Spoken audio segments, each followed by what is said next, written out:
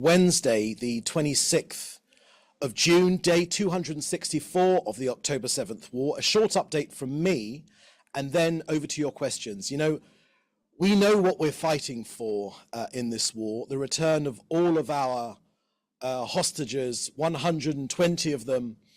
As of yesterday, baby Kfar Bibas has been held hostage in Gaza longer than he has been alive. Ladies and gentlemen, friends, please look at his face.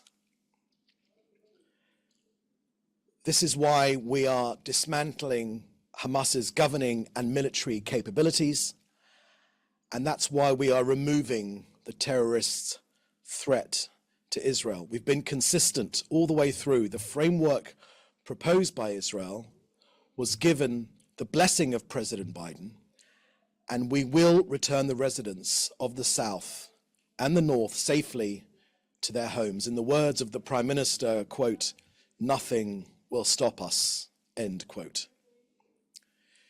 To Gaza now, where I can confirm that the IDF eliminated Wissam Abu Ashak, the weapons smuggling terrorist in Rafah. We knew this individual directed smuggling through the Rafah crossing and underground tunnels, but no more. Our Air Force took out ready-to-fire rockets in Rafah and other terror targets overnight, military structures, terrorist cells, underground tunnel shafts. Slowly, deliberately, methodically, with precise intelligence, we are taking apart the Jew-hating jihadis of Hamas in Rafah. And I can also tell you that Fadi al-Wadia, a significant Islamic jihad operative, was also eliminated. You know, Médecins Sans Frontières said that he was a dear physiotherapist colleague. MSF were happy to overlook, it seems, that he also developed and advanced Islamic jihad's rocket array with his knowledge of electronics and chemistry. Maybe MSF share their hiring criteria with UNRWA. We wonder if Jew killing is an obligatory part of the skills needed to work at MSF or UNRWA. Now to the north, in Israel's border with Lebanon, the Prime Minister yesterday visited our brave reservists. Since October 7th, thousands of Hezbollah rockets have been launched from Lebanon towards northern Israel with one goal in mind: to kill Israelis and to kill Jews. More than 100,000 Israelis have been displaced from their homes and communities. The responsibility for these launches lies with the Lebanese government. One way or another, diplomatically or otherwise, the north of Israel will be made safe. Now, finally, to COGAT, who work to coordinate aid into Gaza. Over the last 24 hours, the update is that 1,500 trucks worth of aid are still awaiting collection and distribution on the Gazan side of Kerem Shalom and the Jalot's maritime pier. The World Food Programme blames Israel, of course, but others have been able to deliver aid. There are no looting or security concerns, only a lack of motivation. So we ask the media not to indulge the UN's attempts to perpetuate this conflict. In other news, 40 tons of medical supplies for diabetes, for burns, for treatments, for antibiotics, anesthetics, and more, donated by the Kingdom of Morocco, were also transferred into Gaza yesterday. We will continue expanding our efforts along with international partners to facilitate humanitarian aid into Gaza. So that's the end of our briefing today. I will now happily take your questions, which you should put in the chat together with your news outlet. So I'll take your question, Sarah Tagliasco, first from the Jewish news outlet in Rome, Italy. Apologies for not taking the question yesterday. And your first question is, what impact do you see the High Court decision to recruit the ultra-Orthodox will have on the future of the government? Thank you for that question, Sarah. That's a political question, and I'm sure you'll find many politicians ready to wax lyrical on that particular point. You won't be getting any comment from me here. Secondly, you've asked There have been growing numbers of actions and arrests in the West Bank. How are these reflective of continued support for Hamas, as well as other groups in the West Bank? Is anything other than military action being done to counter this? So thank you very much for that question, Sarah. Yes, indeed, the army has worked extremely hard for there not to be another October the 7th, despite the best will of Hamas and Islamic Jihad and other terror groups in Judea and Samaria. We are protecting the area from those terrorist organizations. We are suppressing those terrorist organizations.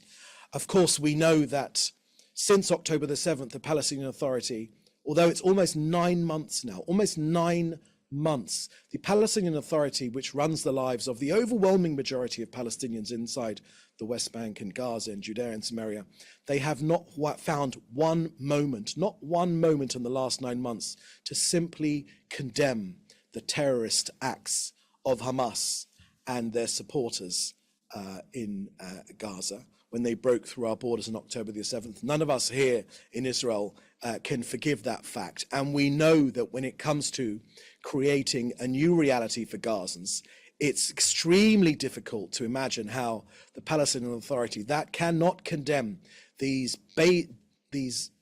clear as daylight acts of terrorism, the killing of children, the killing of babies, the murdering of families, the rapes, the terrible rapes of men and women.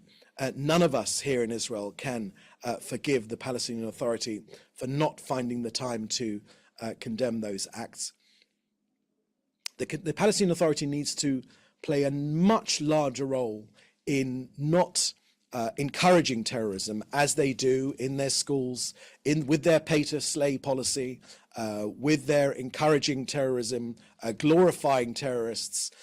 They must try much, much harder if there is to be any future role, any peaceful settlement between Israel and the Palestinians. Israel will always put its hand out to peace. It's in our very nature, but when that hand is actually paying for terrorists, we cannot allow that to continue.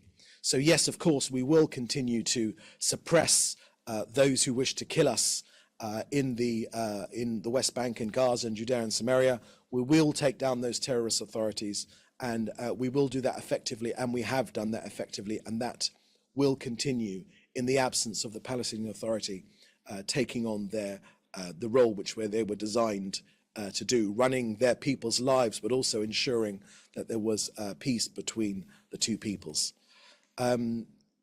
Next question from David Clement from the News Forum. Can the PMO comment on the strike in Eilat that's been claimed by the Islamic resistance in Iraq? Thank you for that question, David. The IDF has put out a fairly comprehensive statement on that incident. The attack did not enter Israeli airspace. Defensive measures were deployed, and for further information, please go to that comment from that statement which the IDF put out, I think, last night in the early hours of this morning. Next question from Leo Soroka at the Washington Post. The Associated Press reports that UN officials told Israel that the UN would suspend aid operations in Gaza unless Israel took steps to better protect humanitarian aid workers. Can you confirm this? Thank you very much for that question, Leo. Look, the United Nations is headed by the Secretary General, and every day, every single day, he proves that he has zero integrity. His condemnations, the simple act of condemnation of Hamas, they have very much proved to be empty words when compared to his actions. And his actions permeate throughout the entire organization. Since October the 7th, the Secretary General has justified the massacre of our people, saying it, and these were his words, I remember them specifically. He said, it did not happen in a vacuum, therefore providing support for the motivations of Hamas. Look, he focuses only on pressuring Israel instead of Hamas. Not once has he demanded the designation of Hamas as a terrorist organization. Not once has he included Hamas in the list of those involved in sexual violence. Not once has he convened the United Nations Security Councils for Israelis and our hostages. Only ever for Gazans. He's helped Hamas to survive. And the UN paints a wholly distorted picture of the reality of the situation on the ground. The UN completely ignores Israel's massive humanitarian efforts. Look, we here in Israel have seen the pictures of him, black and white pictures, but he was a grown man smoking a cigarette, sitting next to Yasser Arafat, not in his Camp David, in Arafat's Camp David days or in the White House lawn days, when we had so much hope for peace between Israeli and Palestinians, but in the 1970s, when he sat next to him endorsing Arafat's acts of terror. You know, we also remember another Secretary General that ended his career in infamy, Kurt Waldheim. I remember him as a child. Kurt Waldheimer, of course, deported Jews from Greece when he was a Nazi officer. He tried to hide it, of course. I remember as well Kurt Waldheim, another Secretary General, who said of the Operation Entebbe, or Operation Jonathan as it was renamed, Israel's heroic rescue attempt of 100 Israelis and Jews from Entebbe in 1976. Kurt Waldheim called it a serious violation of the national sovereignty of the United Nations member state. So Lior, you'll forgive us if we don't take any lessons from the United Nations. We will take no lessons whatsoever from supporters of Jew haters, whether in the 1940s, in the 1970s, or in 2024. Aid agencies, non-UN aid agencies have been able to deliver aid successfully. It is unfortunately UNRWA and others, and the World Food Programme is another one, who simply spend their time perpetuating this conflict rather than pulling their finger out and actually doing the job which they were designed to do. Stop blaming Israel. It's very, very clear. Kogat says this almost every day. Stop blaming Israel and do your job. Do your job, World Food Programme. Distribute the aid. 1,500 of these trucks of worth of aid. How dare there be, as there are almost daily, how dare there be these daily accusations of this libel against this country of famine in Gaza. What an outrageous slur when the aid simply sits there waiting to be delivered. We'll not hear any of these excuses. Others are able to quite adequately deliver this aid. Israel will always provide the support that's needed to get the aid in. Just go ahead and do your job rather than blaming Israel. Next question from Eugenia Yusuf from CNN. Firstly, regarding the slowdown in aid in weapons deliveries, do you maintain Israel's getting less weapons from the US despite the rebuttal from Washington? Thank you for that question, Eugenia. Yes, the Prime Minister has made clear that over the last 4 months, there has been a slowdown in the amount of armaments, crucial armaments needed to defend this country. And the ambassador of the US, Ambassador His Excellency Mr. Liu, has also said that he understands the frustration. We have received assurances over this week that these log jams, for whatever reason they happened, are being lifted. But because these weapons, these armaments are crucial. They are crucial not only to defend this country, but to end this war quicker. The Prime Minister has quoted Prime Minister Churchill speaking to President Roosevelt in the 1940s, saying, "Give us the tools to finish the job." The Prime Minister adjusted that quote by saying, "Give us the tools and we'll be able to finish this job even quicker." Second part of your question, is it weapons in general? Are there specific things that are not coming as fast as before? Thank you for that question, Eugenia. I suggest you ask the IDF if you want more specifics, but the Prime Minister, who is extremely eloquent on this subject, has spoken about this issue, and I think you should use his words. They stand true today, although we are reassured that in the last few days we have received reassurance, and we hope that those reassurances turn into reality. We trust they will, because the US is our closest ally in the world. We stand shoulder to shoulder, side by side in this battle against terrorism. You know, Hamas and Hezbollah in our north, they are Iranian proxies. Iran is our enemy, but they're also a US enemy as well. It's part of their arc of terror, their axis of terror, which are trying to destroy this country and also defeat the US as well. They say it very, very clearly. When they say it, we believe it because it's true. That is their objective. And we are standing up to where we're on the front line of this terrorism, this Jew hatred, but there's also this attack on civilization. And we will defeat this scourge. And we will defeat it together with our partners in the US and other countries as well. Another question from Eugenia Yusuf. Question about the phases of the war. Gallant, our defense minister you're referring to, has talked about phase C, phase 3, and Netanyahu about most intense phase coming to an end. What does phase 3 look like? Who are you looking to partner with in the region?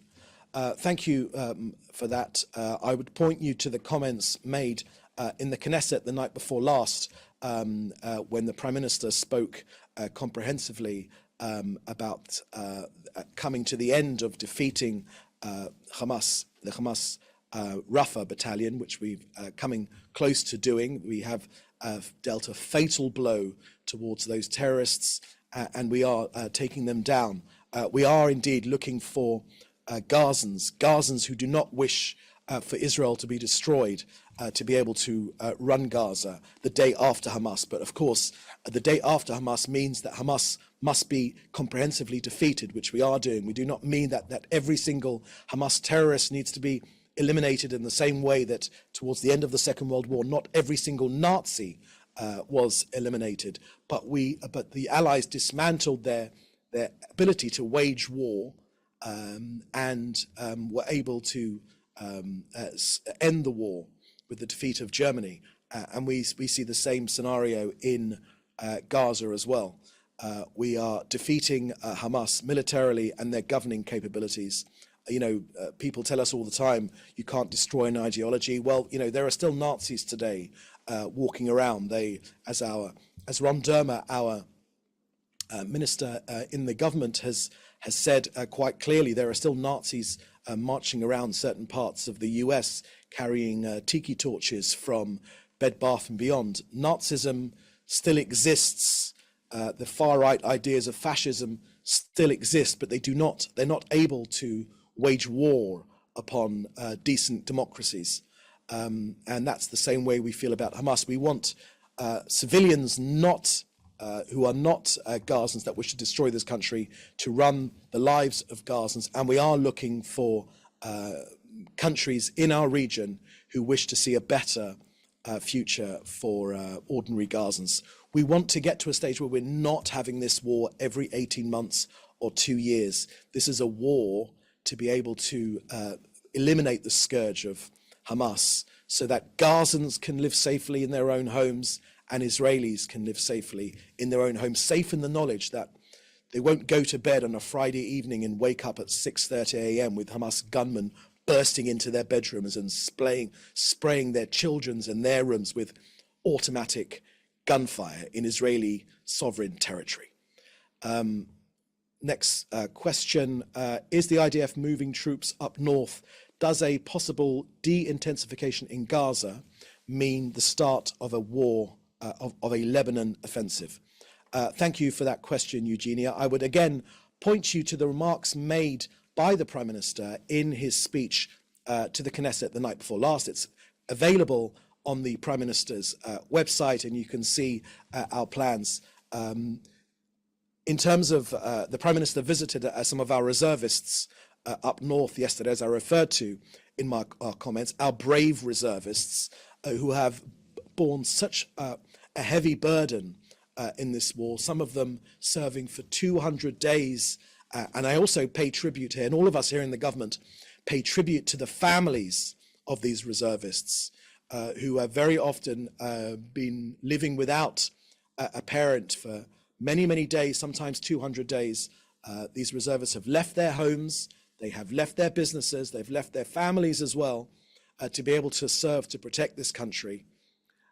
No one should be in any doubt whatsoever of the professionalism of our armed forces, of our determination to destroy this terrorist outrage.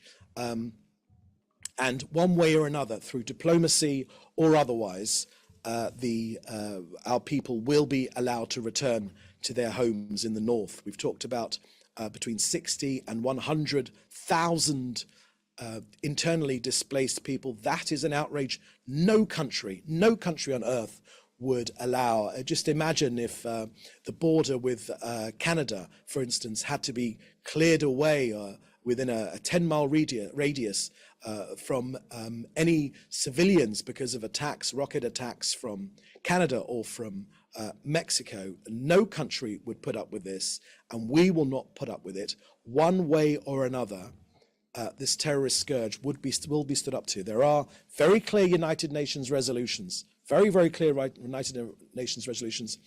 Hezbollah should be behind the Litani River. We've made our position extremely clear on this subject. Next question from Annabelle Timsit from the Washington Post. COGAT yesterday told the World Food Programme that there are no looting or security concerns impeding the distribution of aid into Gaza, only a lack of motivation. But more than 200 aid workers have been killed since the start of the war, and aid groups regularly report looting of their trucks and being fired on by Israeli forces, despite deconflicting their roots with the IDF. Do you stand by the statement that there is no security concerns, only a lack of motivation? Thank you very much for that question, Annabelle. So in this briefing today, I shared with you the details of one such aid worker who was condemned and was lauded by Médecins Sans Frontières, Doctors Without Borders, as being a valued colleague, as being a father and an all-round great guy. We, of course, exposed him as being a rocket expert from Islamic Jihad. So I wonder if these are the aid workers you're referring to. Look, where there have been aid workers who have been killed, as we remember the terrible case of the WCK aid workers who were mistakenly killed. That is a tragedy, and it is an absolute tragedy, because these are some of the unsung heroes of all conflicts around the world. But the IDF has been very, very clear. Look, all of us, journalists, the international community, we must stop taking the United Nations word for it. They're not an honest player. The majority of countries in the United Nations are not democracies, do not have a free press, are not able to change their heads of state or their governing or their leaders.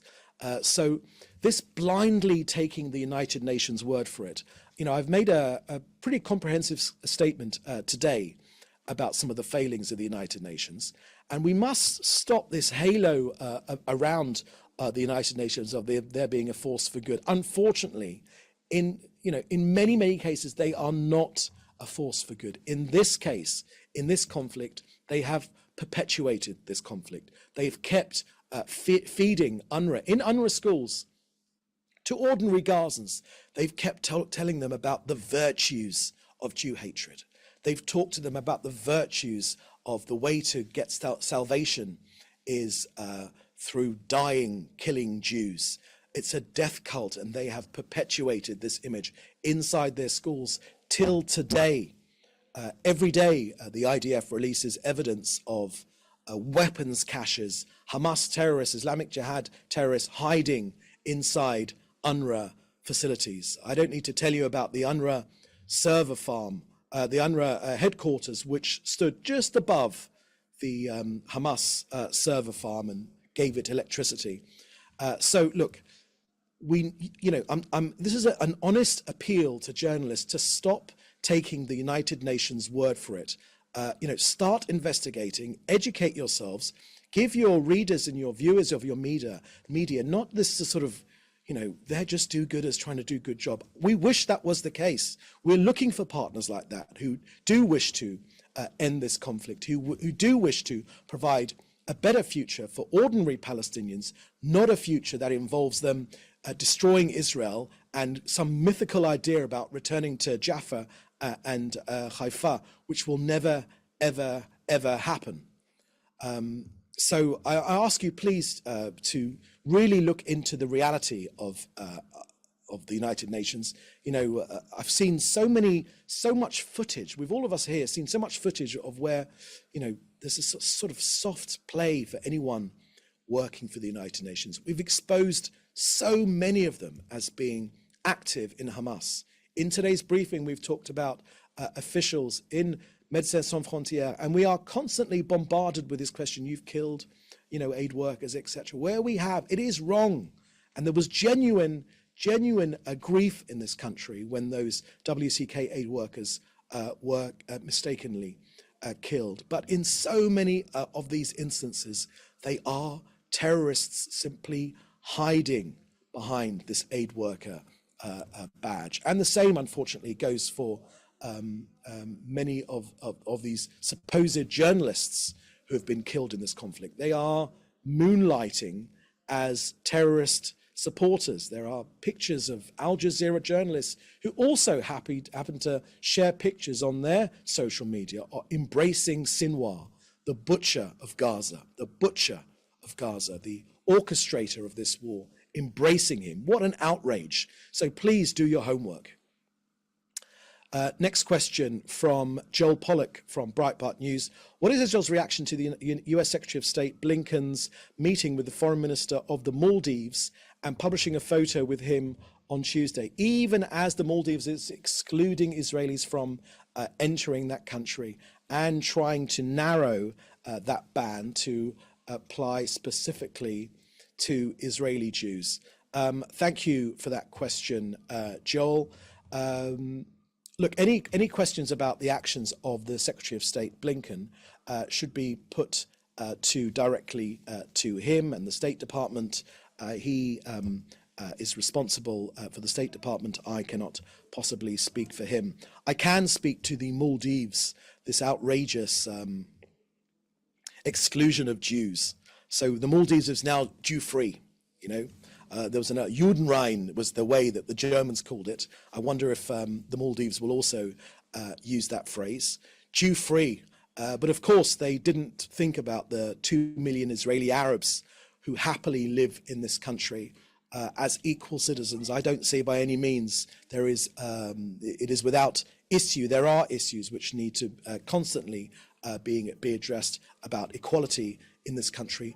But Israeli Arabs do have the vote. They do serve as Supreme Court judges. They do serve in our parliament. But those two, maybe the Maldive authorities will now ask for people's religion. What an outrage as they come into their country. What an outrage. So we've made our views clear on the Maldives. And any questions for Secretary Blinken should be put to him. We'll always say when it comes to the Americans that they are our valued partners. We've been allies for decades and decades, shoulder to shoulder, side by side. And that means on this latest attempt by Hezbollah to damage this country, to destroy this country, their proxy of Iran, the Americans know precisely who Hezbollah have. They've got many American servicemen's blood on their hands, Hezbollah. And they are, of course, a proxy of Iran who wish to destroy the US. They say it very openly, so none of us should be under any illusions about that. Next question from Hannah Julian from the Jewish Press. Has the US tasked Israel with the ultimate responsibility for the distribution of aid in Gaza and its safety in the talks with Defense Minister Gallant? Thank you very much for that question. Hannah, I've talked quite comprehensively in this briefing about COGAT and about aid distribution. So I hope that I've already answered that question. For more information, you should probably reach out to COGAT, who will be able to answer more comprehensively if there are any details I have missed. Can I just check, are there any more questions? No more questions, I just want to check. Okay, can you just go down a bit? Go down. I see one there from Jack Moore from AFP. Okay. Yeah, you've already answered it. Thank you very much for that, Jack. Jack Moore from AFP. I did indeed already answer that question. Apologies to my colleague. Okay, my friends, that's the end of our briefing today. We thank you for joining us, and we'll be back tomorrow at the same time. In the meantime, please do stay safe, and thank you for joining us. Bye-bye now.